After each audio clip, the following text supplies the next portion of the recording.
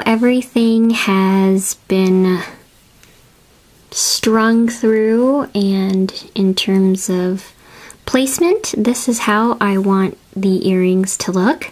So these jump rings represent where you will connect each bead or the beads to one another. Now you could do without the jump ring as well and then just connect them by their eye pins. That's completely up to you, but I want them to be just slightly longer. And this larger eye pin that you see, or eye pin, this longer jump ring that you see in the middle is going to connect that very last one on the bottom, in addition to the 2 chains, as you can see there. So 14 on each side in terms of the links, and then 11 on the bottom half. So you're just gonna take your chain, for example, and then cut it down. And this is a little more gold typically than I like to use, but it's the only extra gold chain that I have. And obviously you're probably saying, well, in terms of gauge, these chains are not the same. These are slightly larger. So in that case, what you'll just do is adjust it. So if 14 looks like it's too long, we'll cut it down to less, cut it to 12, cut it to 11. That's really going to be how you determine how short or long you want your chandelier earrings to be. Okay, so I'm not going to show you how to cut it, but I'll show you how to connect it once it's been cut. To take, let me get this out of the way here. Zoom in a little bit, and typically I wouldn't work on a slippery surface such as this, but simply because I want to make sure that you guys will be able to see this.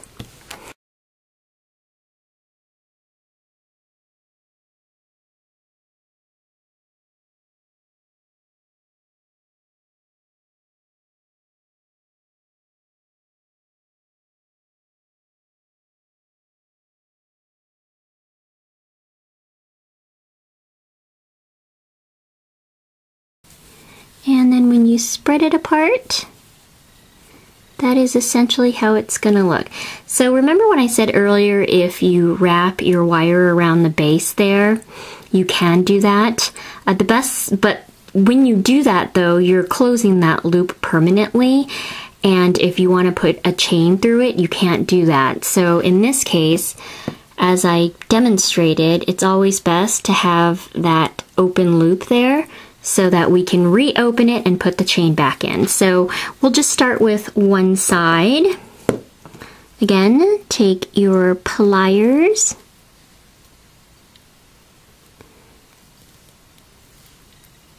and push it out just a little bit. And this is where the beads just want to come spilling out. It took some finagling, but that's essentially how it looks. You've created the first portion of your triangle, and the triangle is slightly longer, so again you can just play around with it and decide if you want to shorten it, but that's how it looks compared to the silver. And as you can see, there's not a lot of space between, but I think this one's going to turn out really pretty. I don't know what it is. Lately I've just really been liking gold. Okay, so now what we're going to do is start or finish the bottom half by connecting the chain and adding the danglies on.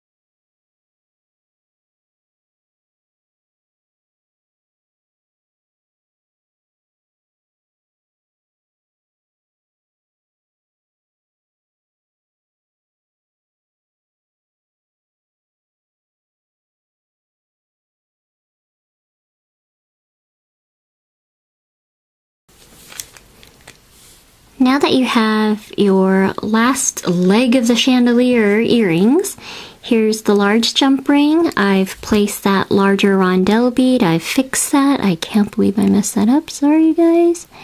And then I am going to loop that last portion of the chain on each side. So you have your rondelle in the middle and your chains on both sides. And then we're gonna go ahead and close up that loop. And this was a weird jump ring. It's an ugly jump ring. It came like that. So, ooh, that is so ugly.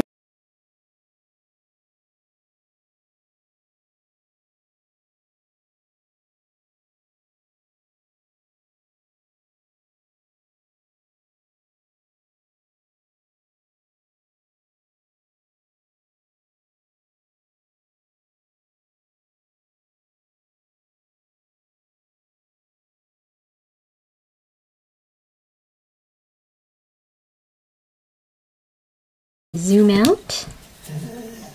That was Boise, not me. Boise, what's wrong with you? She's got a ball in her mouth. Okay, so that's how the chandelier earrings look. If you want, you can actually add more danglies. As you can see here, I added more beads, but then I kind of thought that was a little too much. But this is a little more understated. As you can see, it's a little longer as opposed to wider. But this one is much lighter than this one, for example. And this one I'll fix later. But that's how the chandelier earrings look. And then what you're gonna do is, again, just poke holes at the top of your lid and then put the wire through.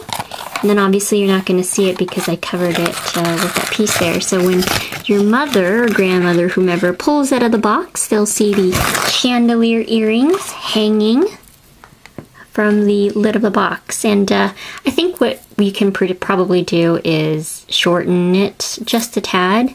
Like I said, I used 14 links. I think 12 links would have looked better. It would have been more proportion, or just have made it proportionate and made 11 links here and 11 links there. So if it was like 11 links, it would just look like that. And that'll probably look better too, but it's not like you can't cut this portion down and redo it so that it looks like that. So really pretty. I hope you like these earrings.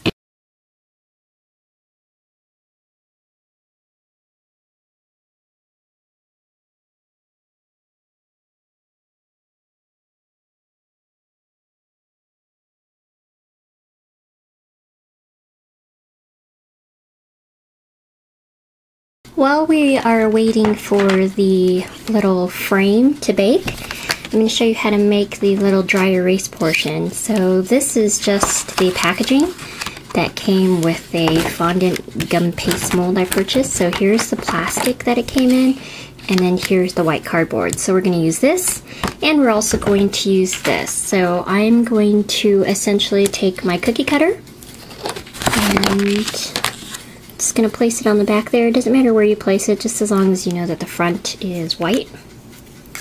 And essentially what I'm going to do is trace it. I'm just going to use a pen, but you can use a pencil or whatever.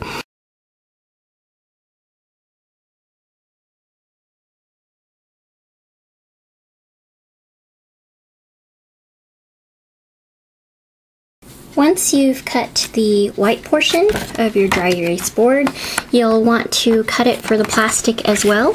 You can trace it or just break it down and cut it.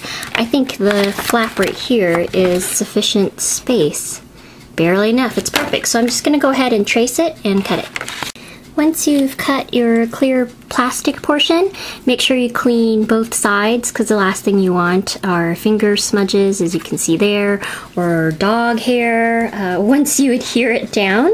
So I would suggest just cleaning it. And then when you lay it on top, that's essentially what it looks like, and you can take a dry erase and write over it. Of course, I don't have a dry erase marker in my office, but I do have a wet erase, so this should work. Cross fingers. So let's say hello. Right, bad handwriting. So that says hello. Yes, it says hello. It reads hello.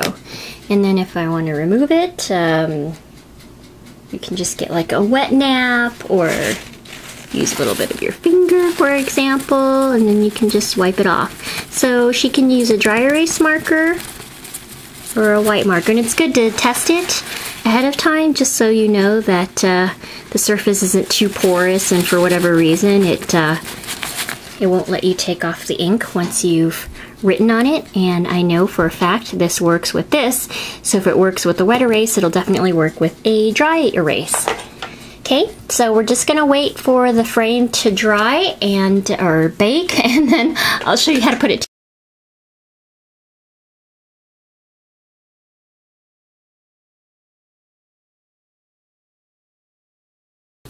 This is what it looks like when it's done.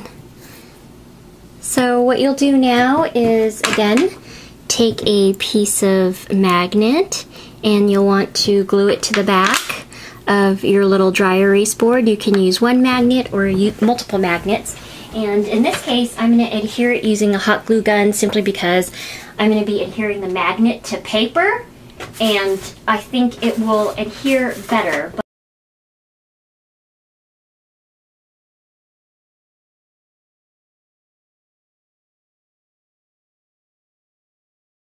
So I've glued the magnet on the back, and I wrote "Write on me, love, Sarah."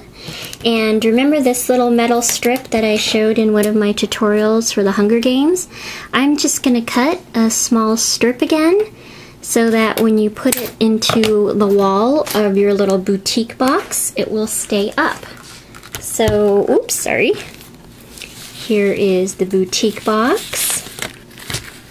There is the wall, and I know it's really hard to see. Sorry, how's that? I put the chair aside and then place that up. And again, this is where you may want to reopen this or not glue that layer down, but I can do that later. So I'm just going to slip that magnet in there until it catches, and it just did. And there it is. That magnet will probably fall when I take it off, but that's how it looks on. Oh, there's a little bit of polarization going on there. So yeah, there's one side.